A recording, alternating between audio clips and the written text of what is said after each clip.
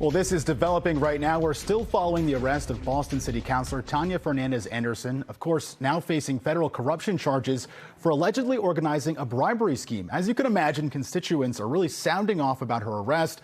Our Mary Marcos is live in Roxbury with more on what they have to say. And Mary, of course, this isn't the first time that District 7, has seen their councilor face federal corruption charges.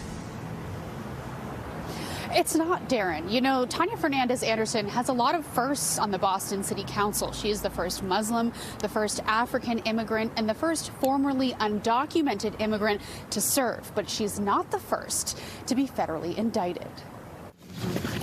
Tania Fernandes Anderson pleaded not guilty to 6 federal corruption charges at the Moakley Courthouse in the Seaport Friday.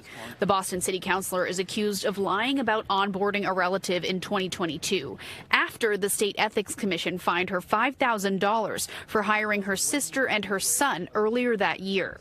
Federal investigators say Fernandes Anderson was struggling to make rent and car payments on top of the ethics fine. The 45-year-old allegedly gave her staffer a $13,000 bonus, taking $7,000 cash as a kickback, which they exchanged in a City Hall bathroom.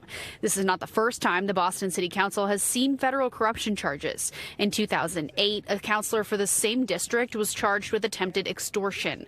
Chuck Turner accepted a $1,000 bribe from a nightclub owner looking for a liquor license. Constituents say hearing of more corruption doesn't come as a surprise. You know, I don't know who's for the taxpaying citizen of this country, of this state. It's every day, B. It's every day. That's what goes on. That's what goes on every day. It just sucks that it's part of our city, but that type of stuff happen every day. She's just the one that got caught.